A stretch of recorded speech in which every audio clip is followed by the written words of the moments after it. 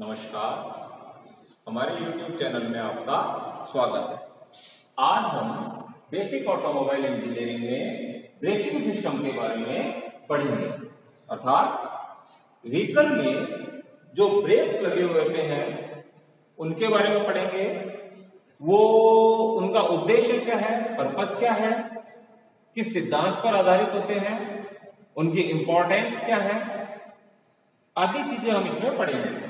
साथ ही साथ हम ये पढ़ेंगे कि जो भी ब्रेकिंग सिस्टम है, अलग अलग वाहनों में अलग अलग प्रकार के ब्रेकिंग सिस्टम आते हैं, यानी उनका वर्गीकरण क्या है, किस तरह से उनको क्लासिफाई करते हैं, तथा मुख्य तौर पर जो सामान्य तौर पर अधिकांश व्हीकल्स में जो ब्रेकिंग सिस्टम यूज किए जाते हैं उनका कार्यप्रणाली, उनकी संरचना यानी बनावट उनकी कैसी होती है, ये सभी चीजें हम आज के लेक्चर में समझेंगे। तो सबसे पहले पर्पस, उद्देश्य क्या है। देखिए, अभी अपन ऑटोमोबाइल की बात नहीं करते हैं, किसी भी एक मशीनरी की बात करते हैं, एक मशीन की बात करते हैं जिसमें मूविंग पार्ट्स होते हैं, गतिशील उसके पार्ट्स होते हैं जो गति करते हैं, चाहे वो रेसिप्रोकेटिंग मोशन हो, चाहे वो रोटेरी मोशन। तो कई मशीनों में ऐसा होता है कि हमें अचानक मशीन को रोकना पड़ता है या उसकी गति को कम करना पड़ता है। तो मोटे तौर पर यदि किसी भी मशीन के संदर्भ में बात करें तो ब्रेकिंग सिस्टम का उद्देश्य क्या है? टू रिटार्ड और stop the moving machine member. Machine member यानी मशीन, किसी भी मशीन का वह गतिशील पार्ट, किसी भी गतिशील पार्ट को यदि हम पूर्णतः रोकना चाहते हैं, अर्थात बिल्कुल स्थिर अवस्था में लाना चाहते हैं या स्टेशनरी कंडीशन में लाना चाहते हैं, अथवा उसकी गति को कम करना चाहते हैं, रिटार्ड करना चाहते हैं यानी मंदित करना चाहते हैं, तो यह उद्देश्य की पूर्ति कौन करता है? उस मशीन में लगा हुआ ब्रेकिंग सिस्टम। जैसे उदाहरण के लिए व्हीकल है, व्हीकल में सभी जानते हैं कि ब्रेकिंग सिस्टम का उद्देश्य या पर्पस क्या है? चलते हुए वाहन की आवश्यकता अनुसार गति को कम करना या उसको बिल्कुल रोक देना। ठीक है, यह उद्देश्य है ऑटोमोबाइल में। लेकिन साथ ही साथ जैसे अन्य मशीन का भी यदि हम उदाहरण लेते हैं तो आप लोग मेले में गए होंगे, जो मेले लगते हैं उनमें बड़े बड़े झूले लगते हैं। तो झूला एक निश्चित गति प्राप्त करता है, वो झूला एक निश्चित समय तक चलता है, फिर उसमें बैठे हुए जो व्यक्ति है उनको उतारने के लिए उसको रोकना पड़ता है, तो वहां भी ब्रेकिंग सिस्टम होगा। ठीक है, ठीक इसी प्रकार से जैसे वॉशिंग मशीन होती है, घरेलू जो वॉशिंग मशीन है, चाहे वो ऑटोमेटिक हो चाहे वो सेमी ऑटोमेटिक हो, यानी 2 टब वाली हो, तो उसमें ये स्पिन टब होता है। जब हम उसमें से कपड़े निकालने होते हैं तो जब हम ढक्कन को ऊंचा करते हैं तो नीचे उसमें एक ब्रेक लगता है, एक हिसिंग साउंड होती है, एक रगड़ने की आवाज आती है, वो भी क्या है? एक ब्रेकिंग सिस्टम। क्लियर है चीज? इसका मतलब ब्रेकिंग सिस्टम का उद्देश्य अब आपको क्लियर है। और ये भी क्लियर है कि वाहन के अलावा अन्य मशीनों में भी हमें ब्रेकिंग सिस्टम की आवश्यकता होती है। अब हम समझते हैं कि जो भी किसी भी मशीन में जो भी ब्रेकिंग सिस्टम लगा हुआ है उसका कार्य सिद्धांत क्या है, अर्थात वो किस सिद्धांत पर आधारित है, उसके पीछे बेसिक प्रिंसिपल या थ्योरी क्या है। तो देखिए, जब भी कोई चीज गतिशील है तो निश्चित रूप से उसमें कोई ना कोई ऊर्जा है। जब मैं गतिशील बोल रहा हूं तो अधिकांश में काइनेटिक एनर्जी, गतिज ऊर्जा, और जब हम उसको गति को कम करना चाहते हैं या चलते हुए व्हीकल को बिल्कुल रोकना चाहते हैं, अर्थात हम उसकी समस्त यानी पूरी गतिज ऊर्जा यानी काइनेटिक एनर्जी को खत्म करना चाहते हैं। तो देखिए, हम जैसे फिजिक्स में पढ़ते हैं या ये साइंस में पढ़ते हैं कि एनर्जी यानी ऊर्जा को न तो नष्ट किया जा सकता है न पैदा किया जा सकता है। तो जो हमने गतिज ऊर्जा खत्म करी, निश्चित रूप से वो ऊर्जा किसी न किसी अन्य रूप में परिवर्तित होती है।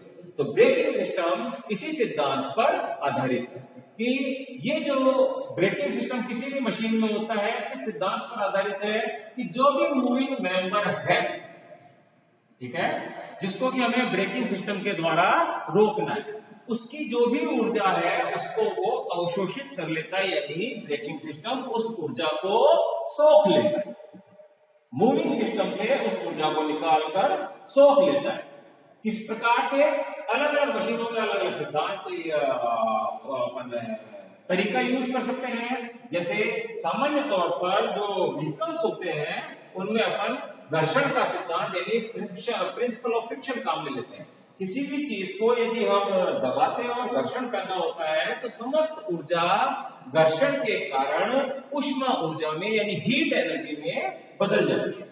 लेकिन जब हमने किसी भी गतिज ऊर्जा को या किसी भी ऊर्जा को ऊष्मा में बदल दिया, इसका मतलब एक तरह से बात करें तो अनुपयोगी यूजलेस एनर्जी में बदल दिया, जो एक बहुत अच्छी बात नहीं है, क्योंकि उसी ऊर्जा को हम किसी उपयोगी कार्य में भी काम में ले सकते थे।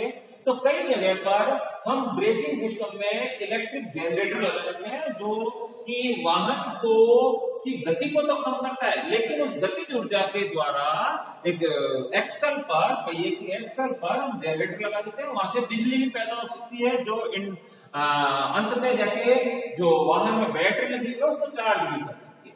साथ ही साथ एडी करंट प्रिंसिपल के आधार पर भी, यानी एक मैग्नेटिक फील्ड होगा, एक्सल के चारों तरफ मैग्नेटिक फील्ड होगा, वो विपरीत दिशा में बल लगाएगा, जो भी उसकी थ्योरी होती है, इससे द्वारा भी हम ब्रेक लगा सकते हैं।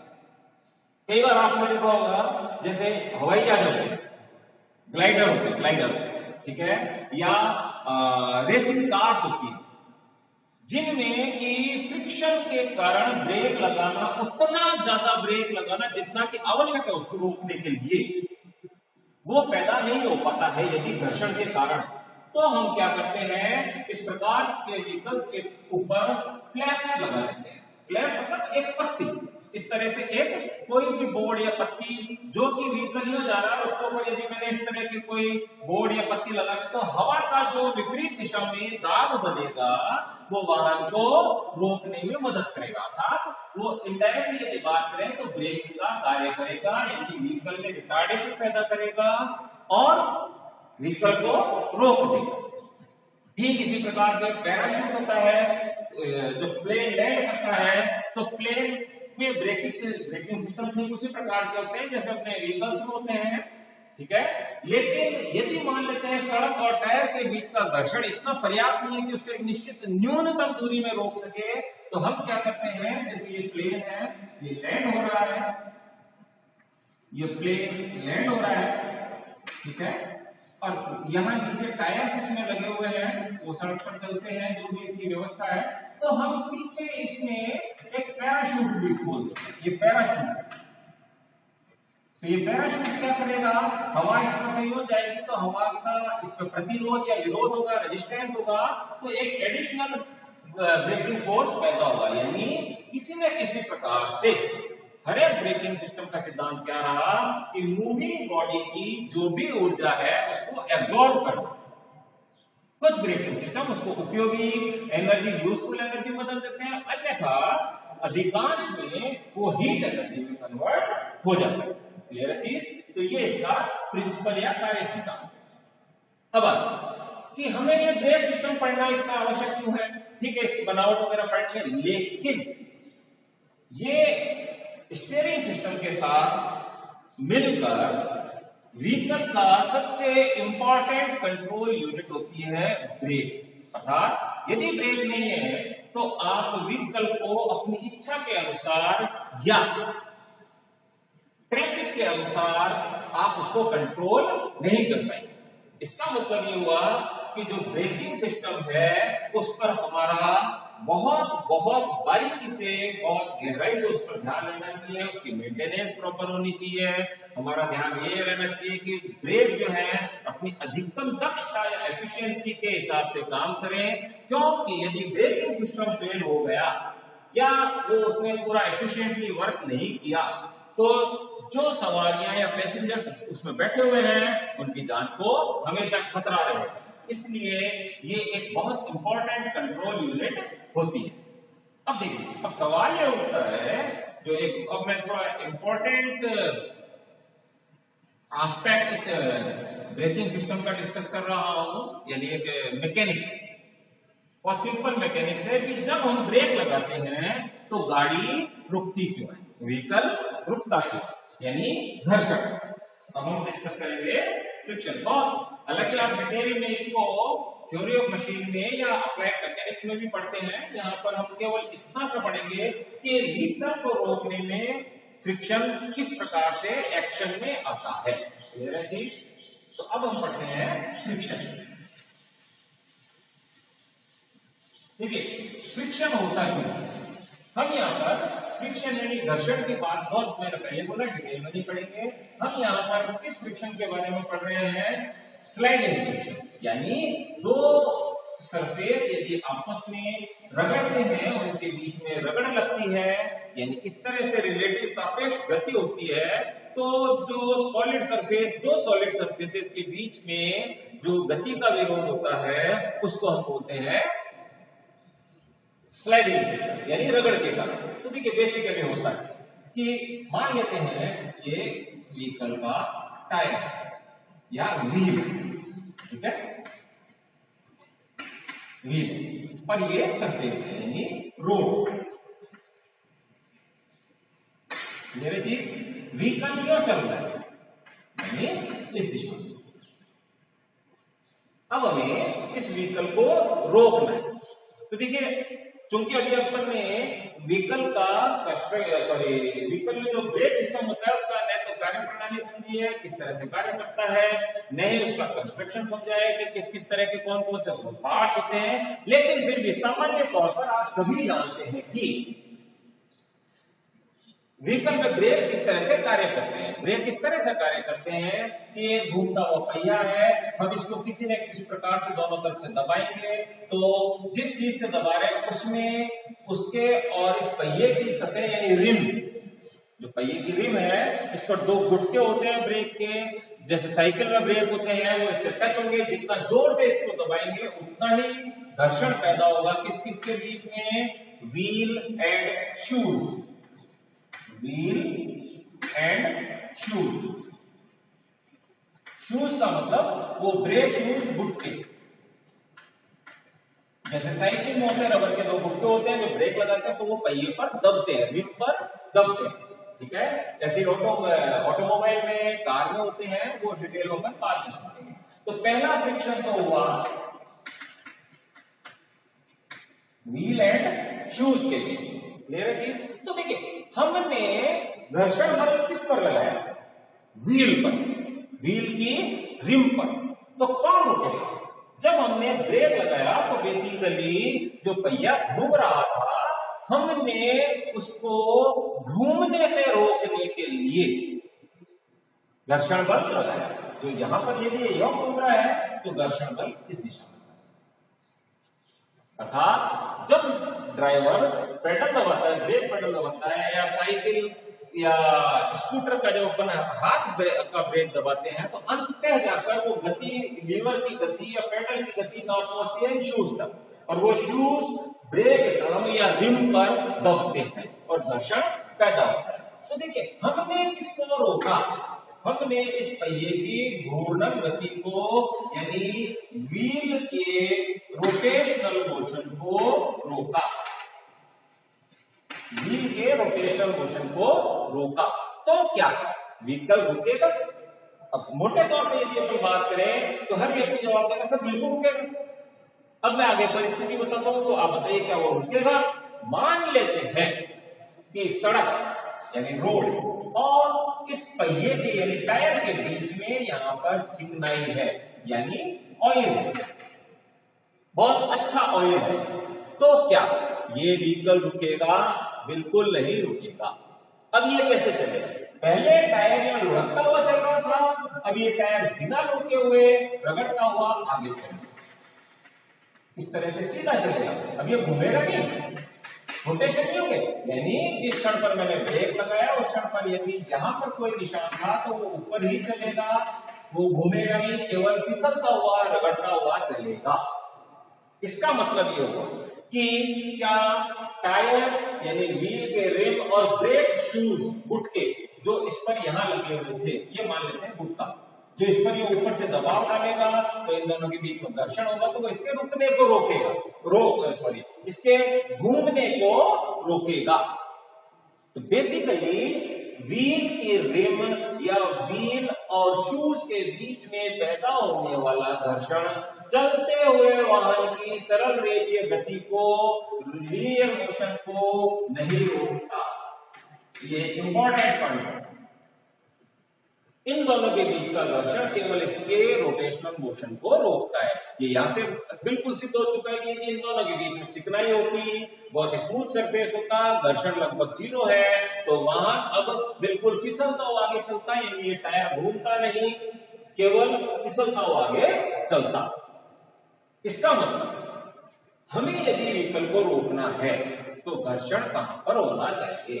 घर्षण होना चाहिए जो अगला जो फ्रिक्शन, ये तो व्हील और शूज के बीच में था, अब जो फ्रिक्शन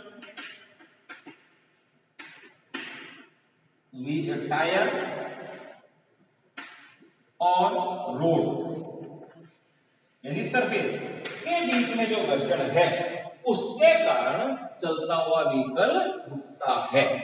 अब आप पूछेंगे कि जब इनके बीच में ही घर्षण इसको रोकता है तो हमने यहां ब्रेक क्यों लगाया, फिर क्यों रुका? तो देखिए सीधी सी बिल्कुल क्लियर है इस चित्र से क्या सिद्धांत कार्य कर कि जब ये व्हीकल सीधा चल रहा है तो ब्रेक नहीं लग रहा है, तो व्हीकल रोलिंग के द्वारा चल रहा है। ठीक है, इसको हम ज्यादा डिटेल में यहां डिस्कस नहीं करेंगे, थ्योरी ऑफ मशीन में करेंगे कि रोलिंग फ्रिक्शन क्या होता है। लेकिन ये रोलिंग करता है और उसके कारण व्हीकल सरल रेखीय गति करता है। जब हमने इसके ब्रेक लगा दिए तो इसका रोटेशनल मोशन खत्म हो गया।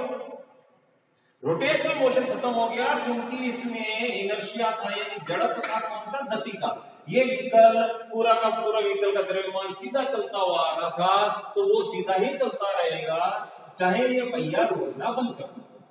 अब जब ये लुढ़कना बंद कर देगा तो पहिए यानी टायर और सड़क के बीच में रगड़ लगेगी। ठीक है, सापेक्ष गति होगी। सापेक्ष गति कैसे होगी? मैंने अभी पहले बोला रोलिंग मोशन को हम ज्यादा डिस्कस नहीं करेंगे, क्योंकि जब ये कोई ब्रेक नहीं लग रहा था, रोलिंग हो रही थी, उस समय पर क्या होता है कि जो पॉइंट ऑफ कांटेक्ट होता है टायर का और रोड का, उस पॉइंट ऑफ कांटेक्ट पर टायर और रोड के बीच में किसी भी प्रकार की सापेक्ष गति नहीं होती। रोलिंग लुढ़कने, लेकिन जब इसमें लुढ़कना बंद कर दिया और टायर घिसटता हुआ आगे चलेगा तो इन दोनों के बीच में सापेक्ष गति होगी, अर्थात सड़क तो रुकी हुई है और ये टायर बिल्कुल सीधा यूं चलेगा। क्लियर है चीज? तो अब क्या होगा? अब ये होगा कि जब ये रोलिंग में होके तो स्लाइडिंग कर रहा है तो टायर तो आगे जाएगा, सड़क रुकी हुई है तो सड़क के सापेक्ष टायर आगे जा रहा है, इसका मतलब सड़क जो है इस पर पीछे की तरफ घर्षण बल लगाएगी, फ्रिक्शन फोर्स लगेगी,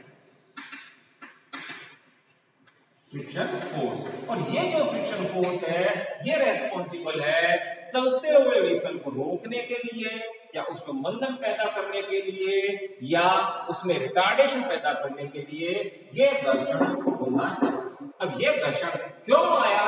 ये घर्षण तभी आ पाएगा जब हम इस व्हील को रोलिंग होने से रोक दें।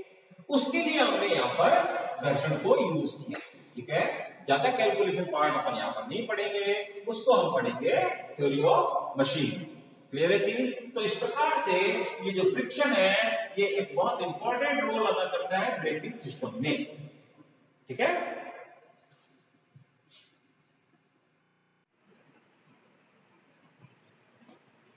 अब हम समझते हैं कि ब्रेक का कार्य क्या है। वैसे तो हम इसका पर्पस, उद्देश्य क्या है ये हम समझ चुके हैं, लेकिन फिर भी व्हीकल के संदर्भ में, वाहन के संदर्भ में या वाहन के कॉन्टेक्स्ट में ब्रेक का क्या कार्य है, फंक्शन ऑफ ब्रेक। तो देखिए व्हीकल में जो ब्रेक लगाते हैं वो मोटे तौर पर यदि अपन बात करें तो 3 उद्देश्य की पूर्ति करता है। सबसे पहला जो उद्देश्य है, सबसे इंपॉर्टेंट जो उद्देश्य है वो ये है कि जो ब्रेक सिस्टम है वो मूविंग व्हीकल को, गतिशील व्हीकल को कम से कम दूरी में रोकने में सक्षम होना चाहिए। Capable of stopping the vehicle in shortest possible distance. देखिए शॉर्टेस्ट पॉसिबल डिस्टेंस का मतलब क्या हुआ? शॉर्टेस्ट पॉसिबल डिस्टेंस का मतलब ये हुआ कि बहुत ज्यादा ब्रेकिंग फोर्स पैदा हो, यानी व्हील यानी टायर और रोड के बीच में इतना घर्षण हो कि वो बहुत ज्यादा बल पैदा करे और कम से कम दूरी में वो रुक जाए। क्लियर चीज? यानी जो मंदन यानी रिटार्डेशन है वो ज्यादा से ज्यादा पैदा हो। लेकिन ऐसा संभव नहीं है कि हम चलते हुए व्हीकल को 1 मीटर में ही रोक दें। क्यों? क्योंकि इसके द्वारा व्हीकल और इसमें बैठे हुए पैसेंजर्स या उसमें रखा हुआ सामान को हम खतरा पैदा कर रहे हैं। क्योंकि न्यूटन के जड़त्वीय law of inertia, first law of motion, Newton का जो है उसके अनुसार जब अचानक ब्रेक लगाएंगे, जैसे इमरजेंसी ब्रेक लगाएंगे, तो जो उसके अंदर बैठी हुई सवारी या पैसेंजर है वो उछलकर आगे जाएंगे। ऐसा नहीं होना चाहिए, इसलिए हम 100% दक्षता के या एफिशिएंसी के ब्रेक सिस्टम नहीं लगाते हैं। सामान्य तौर पर 50 से 80% दक्षता के हम ब्रेक लगाते हैं। दक्षता से हमारा मतलब क्या है? दक्षता से हमारा मतलब ये है कि हमने जितना भी बल लगाया, क्लियर है चीज, वो सारा का सारा बल घर्षण में बदल जाए। यानी घर्षण गुणांक जो है mu, coefficient of friction mu, यदि इसका मान 1 है तब हम कहते हैं कि जो फ्रिक्शन फोर्स, जो ब्रेक सिस्टम है उसकी दक्षता 100% है। सामान्य तौर पर ऐसा नहीं होता है। क्यों? क्योंकि जब दक्षता 1 होती है, हम जानते हैं घर्षण बल होता है F = म्यू आर। आर क्या होता है? जैसे जो भी आप मैकेनिक्स में पढ़ते हैं, ये इसका W वेट है, जो नीचे की तरफ इसका W वेट काम कर रहा है, तो आर भी इसी के बराबर होता है। इनके बीच में घर्षण गुणांक म्यू है, तो घर्षण बल F है। ये घर्षण बल जो इसका वेट है व्हीकल का या टायर के ऊपर जो भी व्हीकल का वेट है उसके हिसाब से ये कांस्टेंट हो गया, तो म्यू पर निर्भर करेगा कि कितना घर्षण बल पैदा होगा। क्लियर चीज? तो म्यू का मान अधिकतम हो सकता है 1। जब 1 होगा इसका मतलब घर्षण बल कितना हो जाएगा? इसके वेट के बराबर। जब घर्षण बल वेट के बराबर हो जाएगा तो जो मंदन होगा वो जी के बराबर होगा, गुरुत्वीय त्वरण के बराबर। इससे ज्यादा त्वरण पैदा नहीं हो सकता। एक तरह से फ्री फॉलिंग बॉडी जैसी होती है उस प्रकार से ये हो गया, लेकिन ये बहुत ज्यादा होता है। जब ब्रेक सिस्टम के द्वारा पैदा हुआ मंदन या रिटार्डेशन, ग्रेविटेशनल एक्सेलरेशन, डेसिलरेशन कह लीजिए चाहे एक्सेलरेशन कह लीजिए, जी की वैल्यू के बराबर होता है, तब हम कहते हैं उसकी दक्षता 100% है। तो हम 100% दक्षता का ब्रेक सिस्टम नहीं लगाते हैं to stop the shortest possible distance में, उसको रोकने के लिए, वरना सवारियों को बहुत ज्यादा खतरा हो जाएगा। तो पहला तो क्या हुआ? चलते हुए व्हीकल को शॉर्टेस्ट पॉसिबल डिस्टेंस में रोक देना, यानी स्टेशनरी कर देना।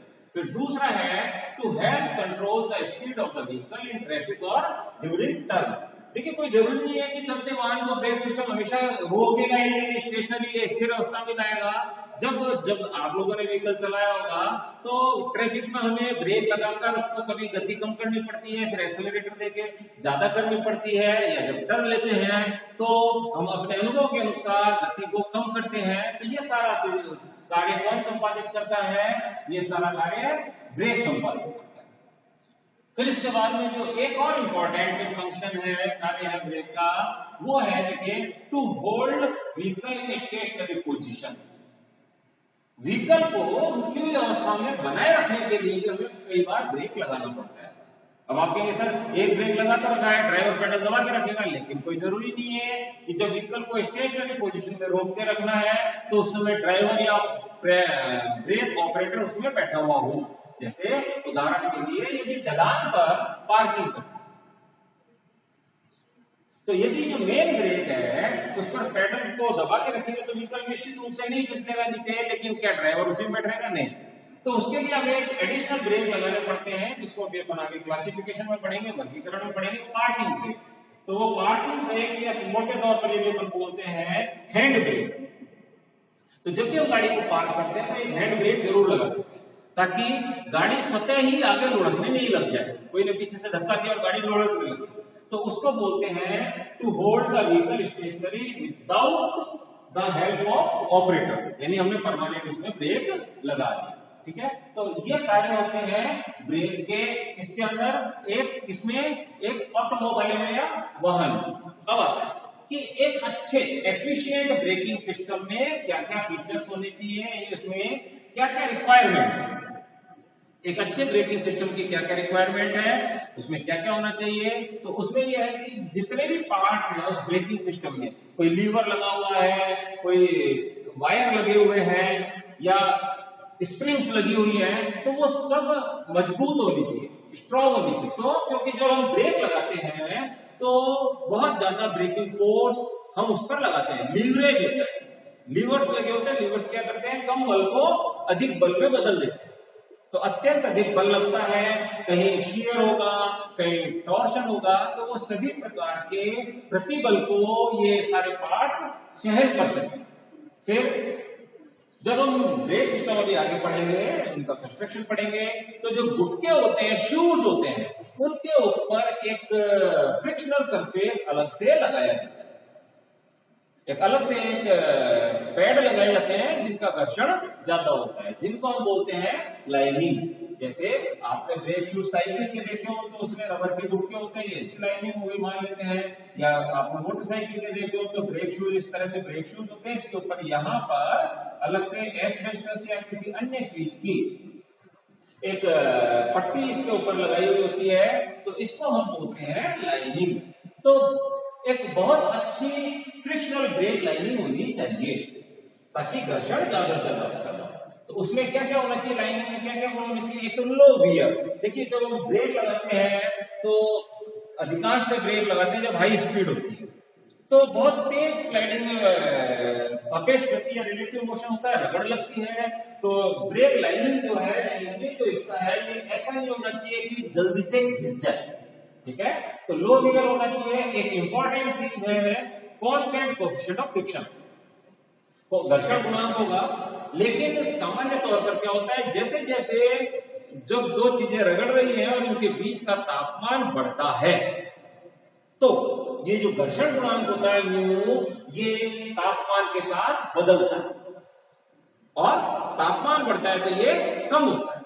तो जो कोएफिशिएंट ऑफ फ्रिक्शन है, वो जो लाइनिंग, जो जिस पदार्थ की हम लाइनिंग यूज कर रहे हैं, वो ऐसा होना चाहिए कि तापमान बढ़े तो कोएफिशिएंट ऑफ फ्रिक्शन में बहुत ज्यादा परिवर्तन नहीं हो, वरना क्या होगा कि जब हम व्हीकल में ब्रेक लगाते हैं तो बहुत ज्यादा हीट पैदा होगी, ऊष्मा पैदा होगी, हीट पैदा होगी तो लाइनिंग का टेम्परेचर बढ़ जाएगा, लाइनिंग का टेम्परेचर बढ़ जाएगा तो घर्षण कम हो जाएगा, जो कि एक खतरनाक स्थिति हो सकती है। अर्थात कोएफिशिएंट ऑफ फ्रिक्शन लगभग कांस्टेंट रहना चाहिए, टेम्परेचर के साथ बदलना नहीं चाहिए।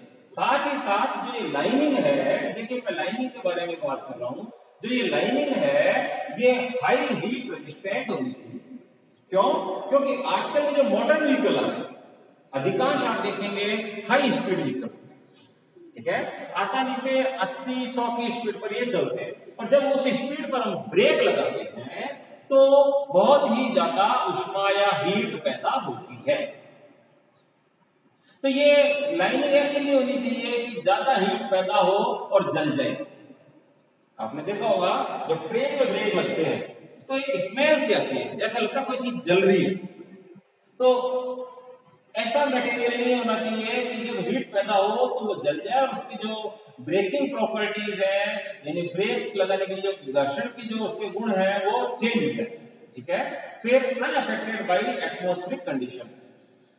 देखिए व्हीकल क्या होता है, व्हीकल हर तरह की मौसम की परिस्थितियों में वर्क करता है। कभी बारिश आती है, एक्सट्रीम सर्दी भी होती है, एक्सट्रीम गर्मी भी होती है, कई बार ऑयल फैल जाता है, या मान लेते हैं एसिड ही फैल गया। तो इन सभी की एटमॉस्फेरिक कंडीशंस में जो लाइनिंग है उस पर प्रभाव नहीं पड़ना चाहिए, यानी उसके घर्षण की जो गुण है वो बदलने नहीं चाहिए। तो ये तो एक लाइनिंग जो अपन इसके ऊपर यूज करते हैं, ब्रेक शूज के ऊपर एक्स्ट्रा जो फ्रिक्शनल मटेरियल लगाते हैं उसके बारे में। और क्या होना चाहिए ब्रेकिंग सिस्टम में? Good heat dissipation. सारी चीजें हैं, सब कुछ अच्छा है, लेकिन जो ब्रेकिंग सिस्टम है, जैसे मोटरसाइकिल में आपने देखा होगा, ब्रेकिंग सिस्टम जो पहिए का हब होता है, जो बीच का हिस्सा होता है, ड्रम होता है, उसके अंदर बंद होता है, ठीक है। अब जब ब्रेक लगेगा तो अंदर शूज गर्म होंगे, जब गर्म होंगे तो जो हीट पैदा हुई है वो तुरंत वहां से निकल के बाहर आनी चाहिए। अगर ऐसा नहीं होगा, यानी हीट डिसिपेशन नहीं होगा, हीट डिसिपेशन का मतलब ऊष्मा हीट तुरंत जिसको मिले उससे तुरंत आगे चली जाए, क्लियर है चीज? तो हीट अच्छा हीट डिसिपेशन नहीं होगा तो ब्रेक सिस्टम में टेम्परेचर पैदा होगा और वही सारे अवगुण या कमियां पैदा हो जाएंगी जो अपन ने यहां पर डिस्कस करेंगे। तो मोटरसाइकिल में क्या होता है, क्योंकि वो खुला ही होता है, चारों तरफ से हवाई आती रहती है उसके ऊपर, तो वो तुरंत ठंडा हो जाता है।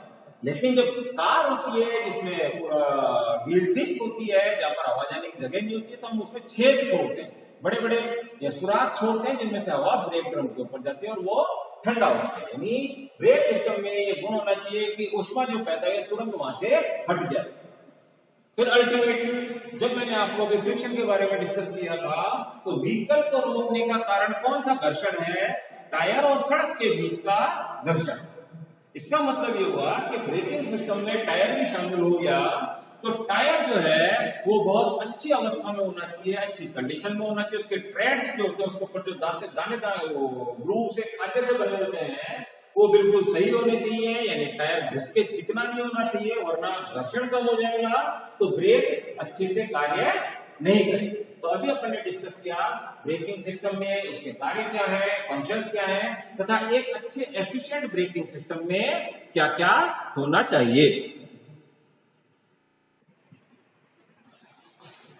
अब हम पढ़ते हैं ब्रेक का क्लासिफिकेशन, यानी ऑटोमोबाइल में जो ब्रेक्स लगे हुए होते हैं उनको हम किस किस प्रकार से बांट सकते हैं अलग अलग ग्रुप्स में। तो उनका आधार क्या है? आधार है पर्पस, किस उद्देश्य के लिए ब्रेक लगाया है, ब्रेक सिस्टम उसमें लगाया है, उसके आधार पर कंस्ट्रक्शन बनावट के आधार पर एक्चुएशन, उनको हम किस तरह से क्रियाशील करते हैं, कैसे एक्टिवेट करते हैं, किस प्रकार से उस पर ब्रेकिंग फोर्स लगाते हैं उसके आधार पर, और ब्रेकिंग फोर्स किस दिशा में लग रहा है उसके आधार पर। तो सबसे पहले हम पढ़ते हैं पर्पस, कि हमने ऑटोमोबाइल में या किसी व्हीकल में किस उद्देश्य के लिए ब्रेक लगाया। देखिए फंक्शन अपन पढ़ चुके हैं, उन्हीं के आधार पर दो तरह से हम इसको क्लासिफाई कर सकते हैं, एक तो सर्विस या प्राइमरी ब्रेक्स, दूसरा पार्किंग या स्टेशनरी ब्रेक्स, ये अपन दोनों पढ़ चुके हैं। सर्विस ब्रेक्स वो होते हैं जो मेन ब्रेक होते हैं, किसी भी व्हीकल में जो main brake system braking system होता है, मेन पेडल होता है जो ड्राइवर के पैर के पास होता है, उसको बोलते हैं सर्विस ब्रेक, ठीक है। क्योंकि वही मेन ब्रेक है जो कि व्हीकल को रिटार्ड करेगा या उसकी गति को कम करेगा या पूरी तरह से रोकना चाहे तो रोकेगा। दूसरा पार्किंग ब्रेक, जिसको हम बोलते हैं हैंड ब्रेक, जो पार्किंग के समय पर यदि व्हीकल को मूव होने से रोकना है और बिना किसी ऑपरेटर की मदद के वो लंबे समय तक रोके रखना है, तो हम पार्किंग ब्रेक यूज करते हैं। तो पर्पस के आधार पर दो तरह के ब्रेक्स हो गए, सर्विस ब्रेक्स और पार्किंग ब्रेक्स। फिर आता है कंस्ट्रक्शन, यानी बनावट के आधार पर। आजकल ये कॉमन है बिल्कुल कि गाड़ी में कौन से ब्रेक है, डिस्क ब्रेक है, ड्रम ब्रेक है। जैसे मोटरसाइकिल आजकल आ रही है डिस्क ब्रेक वाली आ रही है, फोर व्हीलर कार्स आती हैं जिनमें कुछ में आगे ड्रम ब्रेक होते हैं, पीछे डिस्क ब्रेक होते हैं। तो ये क्या चीज है? बेसिकली जो मैंने आपको बताया था कि व्हील और शूज के बीच में जो घर्षण पैदा करते हैं, वो घर्षण बेसिकली पैदा होता है व्हील के ड्रम या व्हील की डिस्क। अब इनमें फर्क क्या, बनावट में फर्क क्या है? तो देखिए डिस्क क्या है, डिस्क ऐसे एक वृत्ताकार एक प्लेट होती है, ठीक ठीक मोटाई की प्लेट होती है और उस पर दोनों तरफ से ब्रेक शूज उस पर दबते, तो वो तो क्या हुआ डिस्क ब्रेक। यानी अगर मैं इसको डिस्क मानूं तो ब्रेक शूज कैसे दबेंगे? ये मान लेते हैं ब्रेक शूज है, ये ब्रेक शू है, तो ये ब्रेक शू इस पर ऐसे दबेंगे, यानी ये डिस्क ब्रेक ऐसे घूम रहा था। जब ये इस तरह से मान लेते हैं पहिए पर हब पर कसा हुआ है, पहिए के हब पर, और ये इसकी एक्सिस है, तो ये मान लेते हैं एंटी क्लॉकवाइज घूम रहा है, तो ब्रेक फोर्स किस दिशा में लग रहा है? ब्रेक फोर्स इस दिशा में लग रहा है, अर्थात किस दिशा में लग रहा है ब्रेक फोर्स, आप बताइए। तो हम देखते हैं बिल्कुल क्लियर दिख रहा है, ये अगर इसकी एक्सिस है तो ये इस दिशा में, तो ये दिशा कौन सी दिशा है, एक्सियल, जो आगे मैं इसमें डिस्कस करूंगा यहां पर। तो डिस्क ब्रेक में क्या होता है, एक चक्की होती है, एक प्लेट होती है, जिस पर दोनों साइड से जो वृत्ताकार पृष्ठ है इस पर ब्रेकिंग फोर्स लगता है। ड्रम टाइप क्या होता है, ड्रम टाइप में ये एक ऐसा बेलनाकार एक बर्तन की तरह होता है, ठीक है, क्या है, एक ड्रम है। ड्रम का मतलब अगर मैं बहुत कॉमन लैंग्वेज में बात करूं तो जैसे चाय बनाने की भगोनी या बर्तन होता है, ठीक उस तरह का है। इसमें ब्रेक शूज कहां लगते हैं, इसकी परिधि पर, इसकी सरकमफेरेंस पर, तो ब्रेक फोर्स यूं लगता है। अब यहाँ यदि ये ड्रम है तो ब्रेक फोर्स या तो यूं लगेगा या अंदर से बाहर की तरफ लगेगा, यानी इस तरह से शूज इसके अंदर होते हैं। जैसे मोटरसाइकिल में हब होता है, गाड़ियां कैसी होती है, वो ड्रम है क्योंकि उसके अंदर ब्रेक शूज है, यह चीज। तो कंस्ट्रक्शन के आधार पर दो तरह के होते हैं, ड्रम ब्रेक्स और डिस्क ब्रेक्स। फिर आता है एक्चुएशन। एक्चुएशन का मतलब क्या है कि जो ब्रेकिंग फोर्स है, जो ड्राइवर पेडल दबाता है, वो पेडल दबा रहा है, तो वो जो ब्रेकिंग फोर्स है वो व्हील तक यानी इन शूज तक किस माध्यम से पहुंच रहा है, ठीक है, तो वो कहलाता है एक्चुएशन। यानी ये ब्रेक जो है एक्चुएट यानी क्रियाशील, एक्शन में किस माध्यम से आ रहे हैं, जबकि वास्तविकता में तो ड्राइवर पेडल दबा रहा है या हैंड लीवर दबा रहा है। तो ये भी जो यहां तक जो ब्रेक फोर्स पहुंचता है इन तरीकों से पहुंचता है, उन्हीं आधार पर हमने इनका नाम दे दिया। पहला है मैकेनिकल, दूसरा है हाइड्रोलिक, तीसरा है इलेक्ट्रिक, चौथा है वैक्यूम एंड एयर। देखिए सभी ब्रेक्स में, सभी सिस्टम में ये शूज एक्चुएट होगा और इस ड्रम से टच होगा या डिस्क में साइड से टच होगा, लेकिन एक्चुएट करने का तरीका अलग अलग है। मैकेनिकल का मतलब आप ये समझ सकते हैं जैसे साइकिल के ब्रेक, साइकिल के ब्रेक्स में क्या होता है, साइकिल के ब्रेक्स में मैकेनिकल लिंकेज होते हैं, जैसे कोई छड़ है, रॉड है या वायर है, स्प्रिंग्स है, केवल यही होगी। रिजिड एक ठोस लिंक होते हैं, एक से दूसरे जुड़े हुए होते हैं, और हम लीवर दबाते हैं या मोटरसाइकिल का पेडल दबाते हैं तो ये स्प्रिंग्स हुई, वायर्स हुए, ये गतिशील होते हैं और अंत में जाके ये सिस्टम एक्चुएट, इसको हम डिटेल में पढ़ेंगे। तो ये हुआ मैकेनिकल। हाइड्रोलिक में क्या होता है, हाइड्रोलिक में ये सब कुछ नहीं होता है, किसी तरह की रॉड छड़ नहीं होती है, एक ड्राइवर जहां पेडल होता है वहां पिस्टन होता है, सिलेंडर होता है, वहां से एक पाइप जाता है जो व्हील सिलेंडर तक यानी यहां तक पहुंचता है, और जो बल है, जो ड्राइवर ने फोर्स लगाया, जो लिक्विड भरा हुआ है, फ्लूइड भरा हुआ है, ऑयल भरा हुआ है, वो दबता है, उसके कारण यहां आता है। इसको भी हम डिटेल में पढ़ेंगे। इलेक्ट्रिक सिस्टम में क्या होता है, एक्सल के ऊपर यदि अपन ने जनरेटर लगा दिया तो हमें कुछ नहीं करना होता। जब हम ब्रेक लगाते हैं तो मैग्नेटिक सिस्टम को ऑन करते हैं और ब्रेक लगता है। वैक्यूम, देखिए एक ड्राइवर में इतनी शक्ति नहीं होती कि वो बहुत ज्यादा बल हैवी व्हीकल्स को रोकने के लिए लगा सके, और इन दोनों सिस्टम में भी इतनी शक्ति नहीं होती कि वो बहुत ज्यादा बल पैदा कर सके। तब हम जो हैवी व्हीकल्स होते हैं, जैसे बड़े ट्रॉले चलते हैं या रेलवे की बोगी होती है, उनमें हम रेलवे में वैक्यूम सिस्टम यूज करते हैं, और बहुत हैवी व्हीकल्स में हम एयर प्रेशर को यूज करते हैं। तो देखिए जहां ड्राइवर पेडल दबाकर बल लगा रहा है तो वहां पर ड्राइवर अब बल नहीं लगाता है, केवल और केवल जब वो पेडल दबाता है तो वाल्व खुलते हैं।